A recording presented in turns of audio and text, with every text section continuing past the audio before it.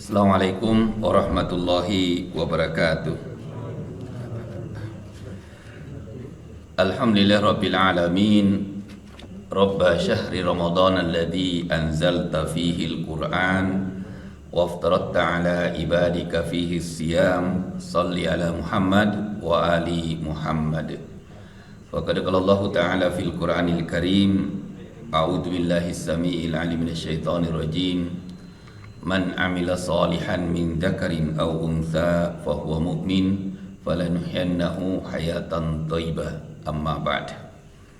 Alhamdulillah, ibu-ibu dan bapak-bapak yang saya hormati. Pertama-tama kita senantiasa bersyukur kepada Allah Subhanahu wa taala karena dengan rahmat beserta karunia dan inayahnya sehingga hingga pada malam ini kita sudah memasuki malam yang ke-6 atau yang ke-7 ya. Mungkin ada yang ke-7, ada yang ke-6. Kemudian tentu nikmat ini harus kita syukuri karena tanpa kasih sayang Allah Subhanahu wa taala tentu kita tidak bisa melaksanakan ibadah saum ini seperti saat sekarang ini. Begitu juga kita senantiasa bersalawat kepada Nabi kita Muhammad sallallahu alaihi wasallam. Allahumma salli ala Muhammad wa ali Muhammad. Karena berkah bimbingan beliaulah sehingga kita bisa hidup seperti saat sekarang ini.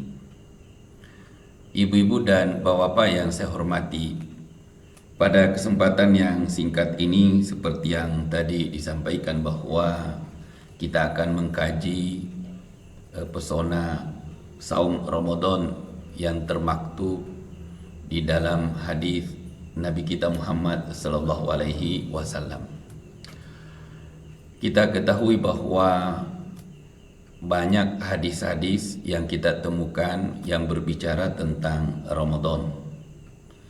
Baik itu hadis yang berbicara tentang menyambut Ramadan maupun di saat kita berinteraksi dengan bulan Ramadan, maupun ada juga hadis yang mengungkap tentang akhir-akhir Ramadan dan melepas bulan suci Ramadan.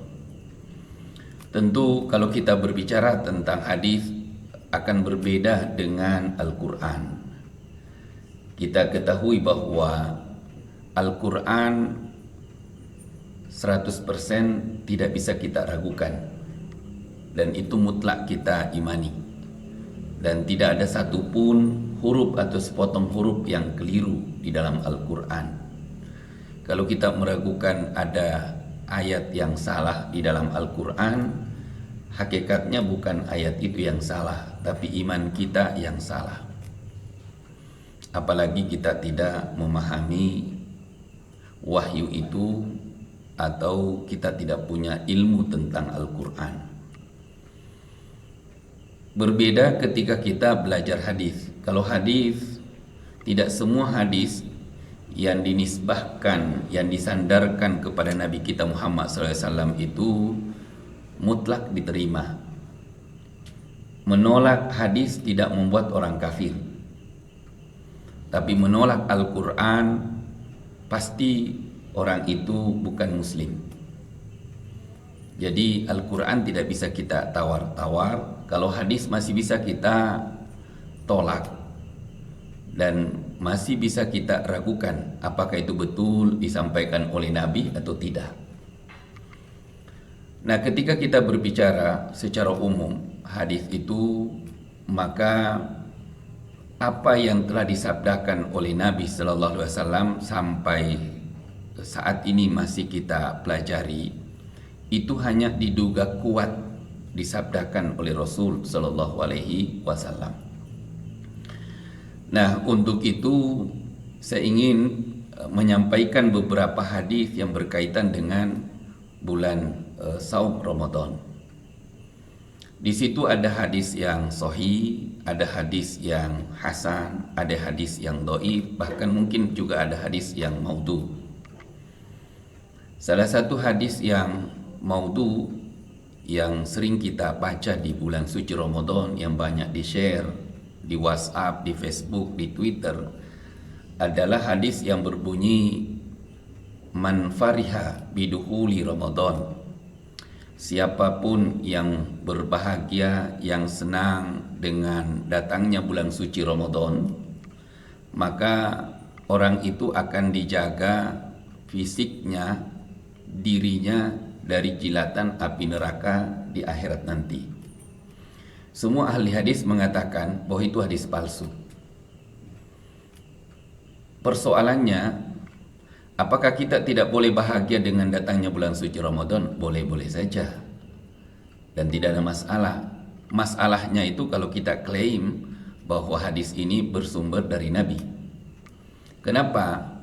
Karena kalau kita mengatakan itu dari Nabi padahal bukan dari Nabi, maka kita berbohong atas nama Nabi di bulan Ramadan. Dan kalau kita mengatakan itu umpamanya bukan hadis padahal itu hadis Nabi, lalu kita tolak, maka kita juga berbohong. Di situlah pentingnya memahami mana yang disabdakan oleh Nabi dan mana yang tidak disabdakan oleh Rasul.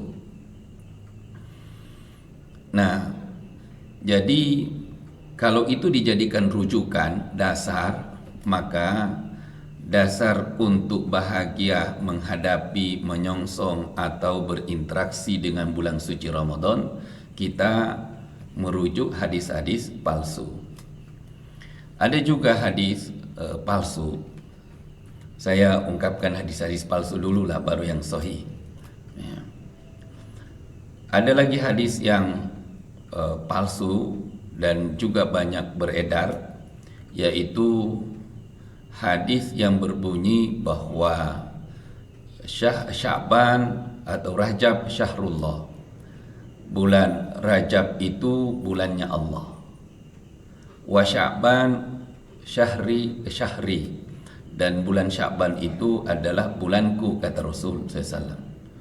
Wa Ramadan syahru ummati, dan bulan Ramadan itu adalah bulan umatku. Semua ahli hadis yang betul-betul paham hadis itu menyatakan dengan tegas bahwa hadis ini hadis palsu. Dan tidak bisa kita jadikan rujukan. Kalau palsu itu kan sama dengan berbohong atas nama Nabi Sallallahu Alaihi Wasallam. Mungkin kita senang mendengarkan hadis itu, tetapi kesalahan kita di mana mengklaim bahwa hadis itu disampaikan oleh Rasulullah SAW, padahal Nabi tidak menyatakan itu. Sementara kita harus bersifat jujur kepada Nabi SAW.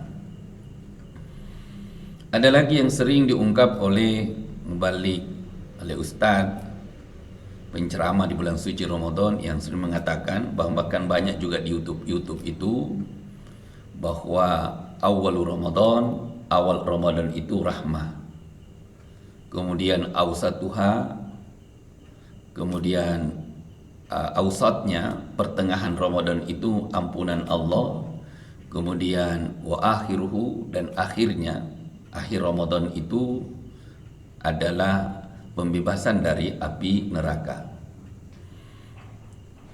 Menurut kajian ulama hadis, hadis ini dianggap hadis yang bermasalah. Hadis yang bermasalah. Kenapa? Karena kita tidak tahu rahmat Allah itu turun di awal, di tengah, atau di akhir. Ampunan Allah itu juga kita tidak tahu apakah kita dapatkan di awal Ramadan, di tengah Ramadan, atau di akhir Ramadan, atau sama sekali kita tidak mendapatkan apa-apa. Seperti yang disampaikan oleh Nabi, kam min shaim, betapa banyak orang yang saum di bulan suci Ramadan, tetapi dia tidak mendapatkan apa-apa kecuali hanya rasa haus, lapar, capek, dahaga, dan sebagainya. Itulah sebabnya sehingga satu ketika Rasulullah SAW salat bersama dengan sahabatnya di Masjid Nabawi. Jadi Nabi salat di Masjid Nabawi. Masjid Rasul dulu itu mungkin besarnya sama dengan Masjid Nurul Jamil inilah, masjid lamanya. Dan di samping-samping masjid ini itu adalah rumah Rasul, rumah istrinya, rumah putrinya, dan rumah sahabat-sahabatnya seperti Abu Bakar. Itu berdampingan dengan masjid semua. Bahkan pintunya itu, kalau pintu utamanya dibuka, itu langsung masuk masjid. Nah, ketika Rasulullah SAW selesai sholat, apa yang dilakukan oleh Nabi? Hadis ini diriwayatkan oleh Abu Hurairah, dan hadis ini disebut hadis Hasan. Hadis Hasan.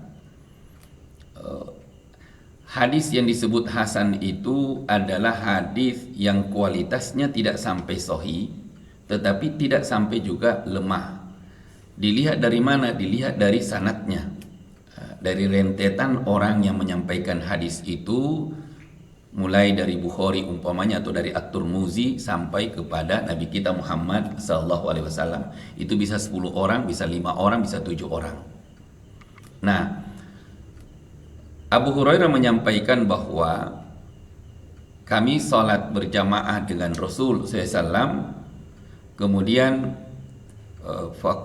summar taqa'a alal mimbar. Kemudian Nabi itu dari tempat duduknya waktu beliau memimpin sholat Isya, itu beliau berdiri lalu naik ke mimbar Rasul. Mimbar Nabi itu ada 3 tangga.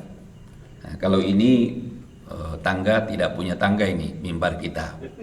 Jadi ini sebenarnya mimbar bid'ah kalau melihat contohnya Rasul. Kalau Rasul itu kan ada 3 tangganya. Nah, kalau kita ke Mekah juga lihat itu. Nah, kemudian irtaqa'a alal mimbar. Irtaqa'a alal mimbar itu beliau naik. Ketika beliau naik, beliau mengatakan amin, amin, dan amin. Faqila lahu, maka sahabat-sahabat yang duduk seperti bapak-bapak dan ibu-ibu sekarang ini, faqila, bertanya kepada Rasul SAW. Apa kata sahabat itu? Ya Rasulullah, ya Rasul, lima tasna hadza. Ada apa kok Anda sambil melangkahkan kaki naik mimbar mengatakan amin, amin, dan amin? Ya, sahabat-sahabat itu kaget.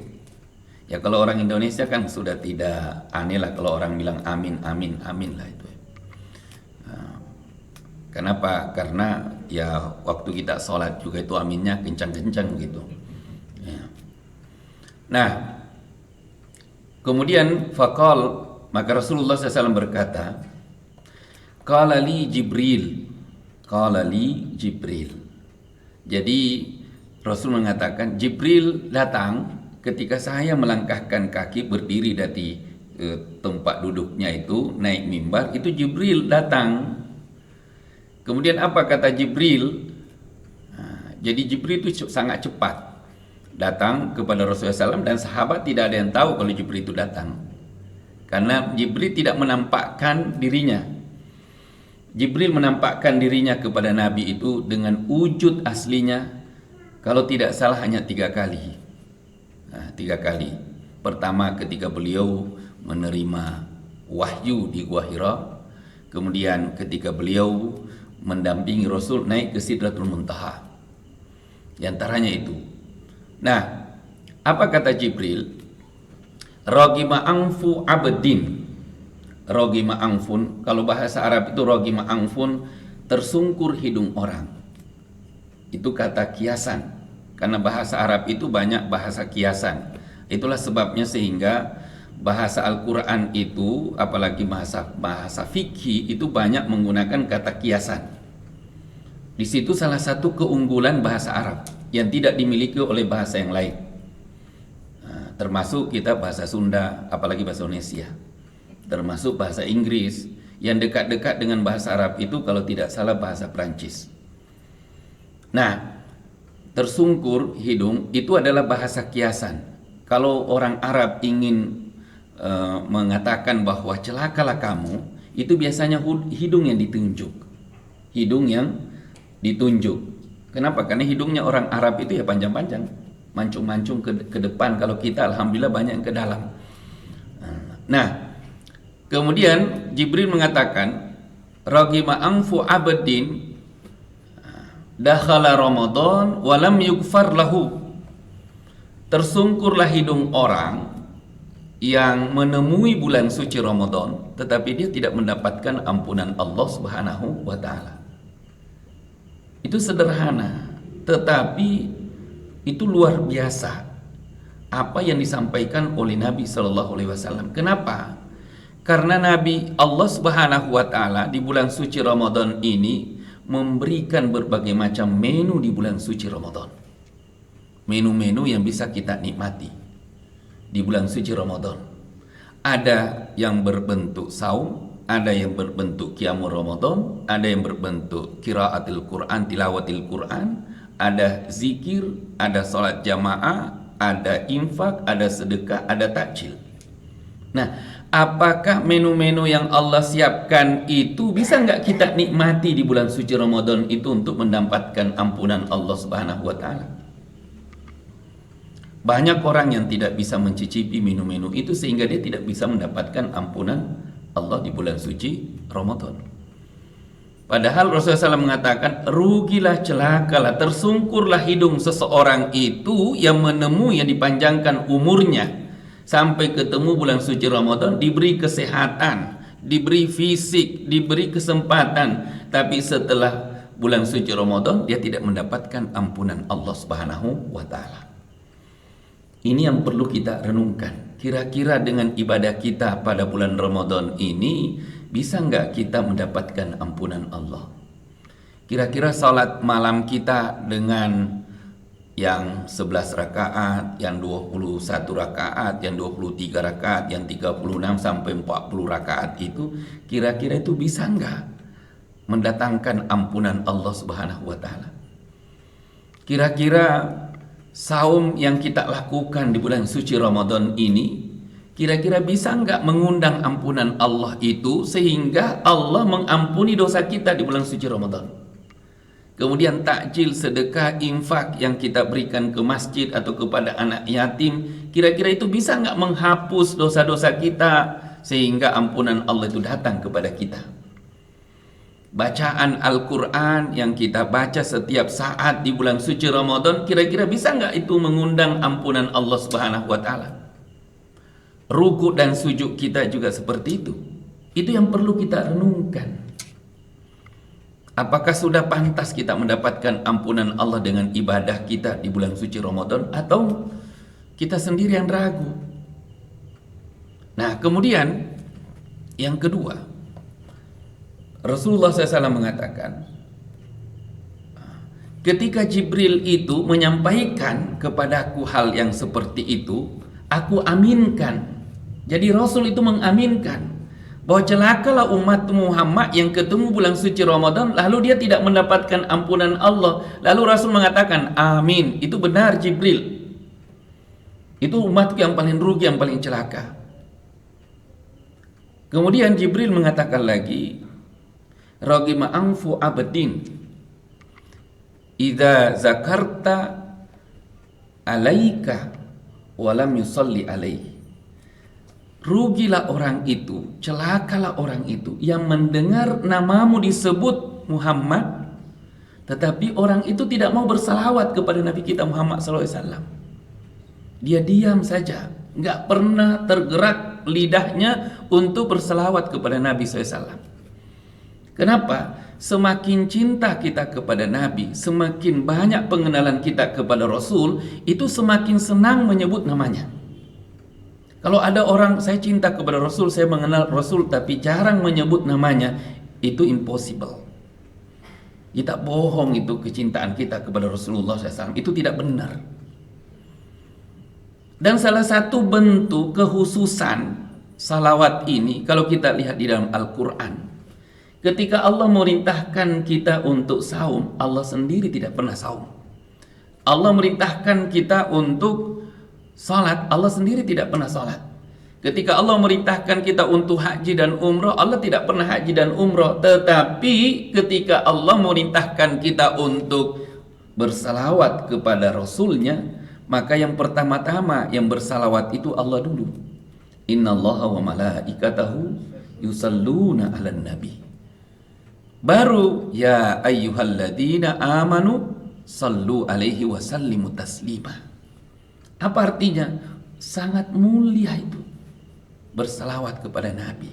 Maka Rasulullah SAW mengatakan, boleh jadi banyak masalah yang menimpa hidup kita, dalam rumah tangga kita, dalam kehidupan pribadi kita, bersama dengan keluarga kita, karena kita tidak pernah bersalawat, bakhil menyebut, mengingat, bersalawat kepada Nabi kita Muhammad SAW. Maka di bulan suci Ramadan ini, belajarlah untuk bersalawat. Dan kalau bersalawat kepada Nabi, itu beda dengan sholat. Kalau sholat, itu kualitasnya. Tapi kalau zikir, salawat, itu kuantiti, jumlahnya. Fazkurullah zikran katsira. Maka tidak perlulah dilagu-lagukan.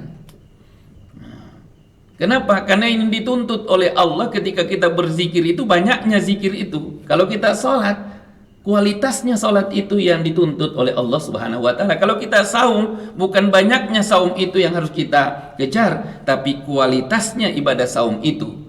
Ketika kita sholat taraweh, bukan selesainya yang harus kita kejar, tetapi kualitasnya sholat qiyamul lail itu.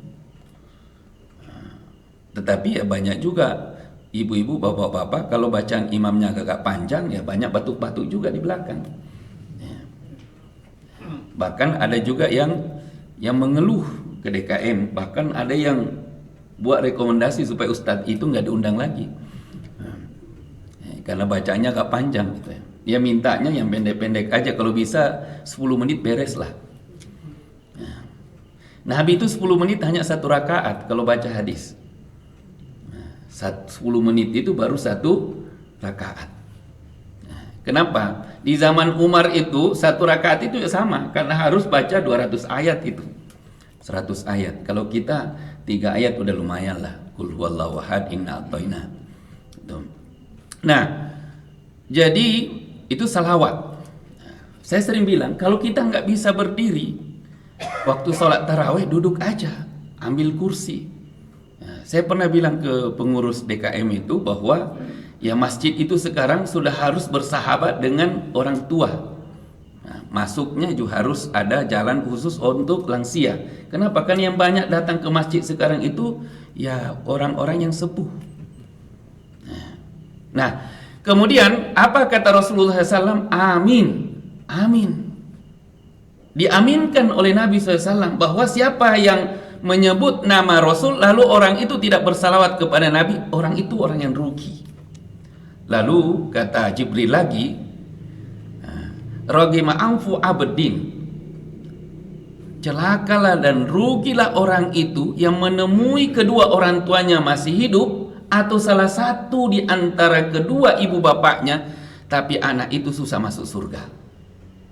Susah masuk surga. Kenapa? Karena pintu-pintu surga itu sangat terbuka lebar bagi anak yang menemui kedua ibu bapaknya masih hidup dibandingkan yang tidak menemuinya. Walaupun banyak juga orang berkata kalau anak perempuan itu sudah nikah, maka dia harus mendahulukan suaminya daripada bapaknya atau ibunya. Ya enak itu suaminya, dia dapat anak besar. Tapi ibunya yang capek sejak kecil sebelum lahir, lalu setelah nikah anak perempuan itu harus mengutamakan suaminya. Ajaran agama nggak mungkin seperti itu. Di dalam Al-Quran disebut wa qada rabbuka alla ta'budu illa iyyahu wa bil walidaini ihsana. Allah mengatakan, Allah telah memutuskan supaya kamu menyembah Allah. Setelah menyembah Allah, Allah memerintahkan orang itu langsung berbuat baik kepada kedua orang tuanya. Karena tidak ada mantan ayah, tidak ada mantan ibu. Kalau mantan suami banyak, mantan istri juga banyak. Kalau istri itu dicerai oleh suaminya, nggak mungkinlah istri itu lari ke mertua, pasti lari ke orang tuanya. Maka pernikahan itu di dalam Islam bukan merubah hak kewajiban, tetapi hanya mengatur bahwa kalau Anda nikah, Anda harus tahu Anda punya suami. Suami yang soleh, istri yang soleh adalah yang mendorong pasangannya untuk berbuat baik kepada ibu bapaknya yang masih hidup atau yang sudah meninggal. Itu yang harus kita pahami. Kenapa? Karena Rasulullah SAW mengatakan, rugilah orang itu yang menemui kedua orang tuanya masih hidup, tapi dia tidak bisa berupaya, beramal soleh, berkhidmat kepada ibu bapaknya, sehingga anak ini bisa masuk surga. Tiket surga itu terbuka. Maka beruntunglah ibu-ibu dan bapak-bapak kita ini yang masih menemui ayah kita atau ibu kita. Mari kita perbaiki hubungan kita dengan mereka, baik ketika masih hidup atau setelah beliau itu meninggal dunia atau wafat. Inilah yang disebut oleh Nabi, sehingga ketika Jibril menyampaikan itu, kata Rasul, amin, benar itu wahai Jibril, umatku akan rugi yang menemui orang tuanya tapi dia susah masuk surga. Ini sedikit hadis-hadis yang bisa saya sampaikan pada malam ini. Karena dibatasi oleh waktu, saya katakan tadi bahwa sangat banyak hadis-hadis yang perlu kita urai yang berkaitan dengan Ramadan. Dan hadis yang sahih itu adalah man shoma ramadanan imanan wahtisaban ghufira lahu ma taqaddama min dzambi. Untuk itu marilah kita melaksanakan ibadah saum dan qiyamul Ramadan ini dengan dasar keimanan. Insya Allah, Allah akan mengampuni segala dosa dan kesalahan kita. Assalamualaikum warahmatullahi wabarakatuh.